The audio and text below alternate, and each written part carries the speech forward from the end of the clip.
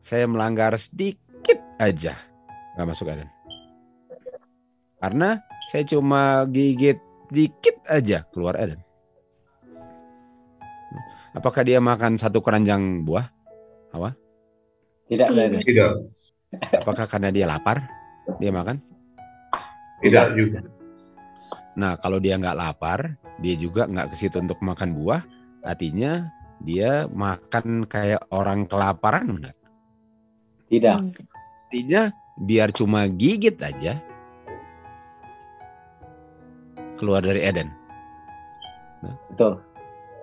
Artinya kalau kita mau kembali ke Taman Eden, nggak bisa ada alasan sedikit pun. Oh, cuma itu kok. Apa salahnya? Oh, apa salahnya? Jawabannya semuanya salah. Setuju. Kok bisa semuanya warna hitam? Lalu dia bilang, yang mana warna hitamnya? Kalau kertas itu warna hitam, dia bilang, yang mana hitamnya? Jawabannya, yang semuanya. Apa salahnya? Semuanya.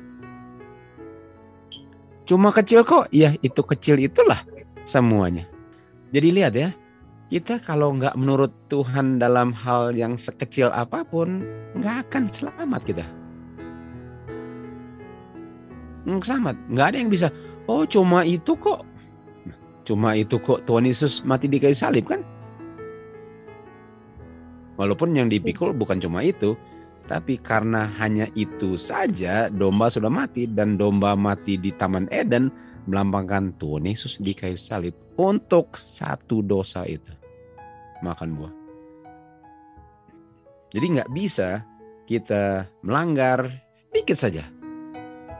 Nah sekarang, bagaimana kalau saya nggak tahu itu adalah pelanggaran? Oke. Itu melanggar tapi nggak diperhitungkan sebagai dosa. Apakah waktu Tuhan Yesus datang masih ada orang yang bilang saya nggak tahu itu dosa? Bisa, masih ada? Nggak ada. Nggak ada. Dan bisa saja saya nggak tahu itu dosa. Memang saya nggak tahu. Oh, saya nggak tahu bahwa mencuri itu dosa. Terus terang, jujur saya nggak tahu itu dosa. Lalu akan dibilang apa? Tapi kamu bisa tahu, dan karena kamu nggak pernah belajar, itu sebabnya nggak tahu.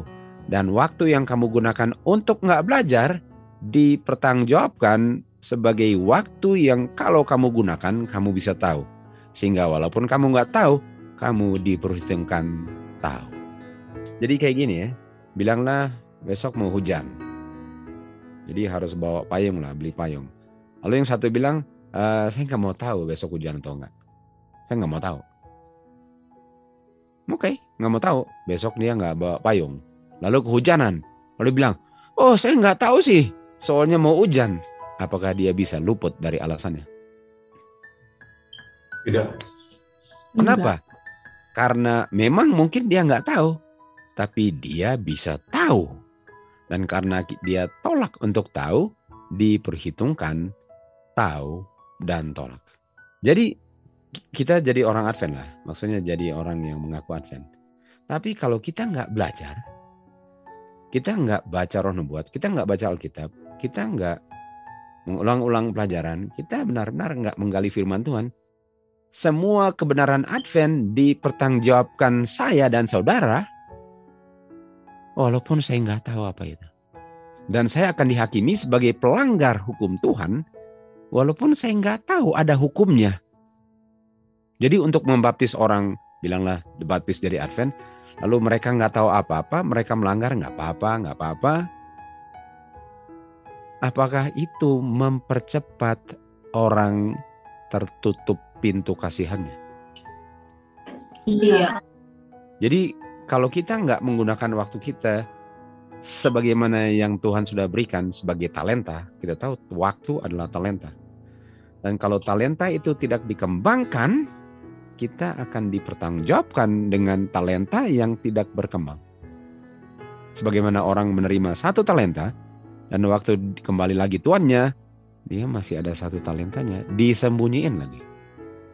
Kalian tahu nggak bahwa Advent badan yang menerima terang lebih dari segala-galanya. Terang yang paling banyak telah diberikan kepada Advent. Dan kalau Advent tapi nggak tahu terang itu, orang Advent lah yang pertama hidup dalam kegelapan total.